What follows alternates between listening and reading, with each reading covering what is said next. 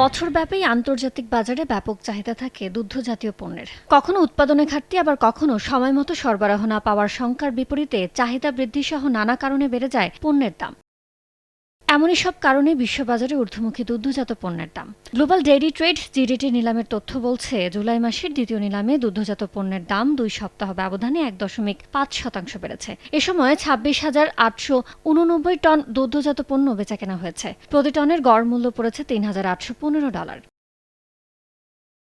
নিউজিল্যান্ডের কৃষকদের মালিকানাধীন বহুজাতিক ডেইরি প্রতিষ্ঠান ফন্টেরার ননিযুক্ত গুঁড়া দুধের দাম এবারের নিলামে 1.6% বেড়েছে। টন প্রতি গড় মূল্য পৌঁছেছে $3,486। তাদের ননি ছাড়া গুঁড়া দুধের দামও 2.8% বেড়েছে। প্রতি টনের গড় মূল্য পড়েছে $3,234।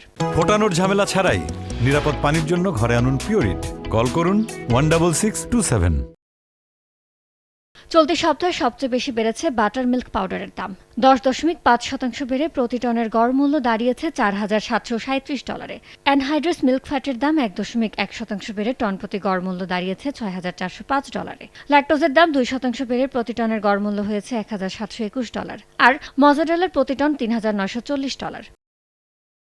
জিডিটির মূল্যসূচকে চলতি সপ্তাহে পড়ে গেছে চেডার পনিরের দাম। প্রতি টনের গড় মূল্য 6.5% কমে নেমেছে $3,586। আর মাখনের দাম 0.6% কমে নেমেছে $5,303। ইয়ানুর শিফাত, সময় সংবাদ।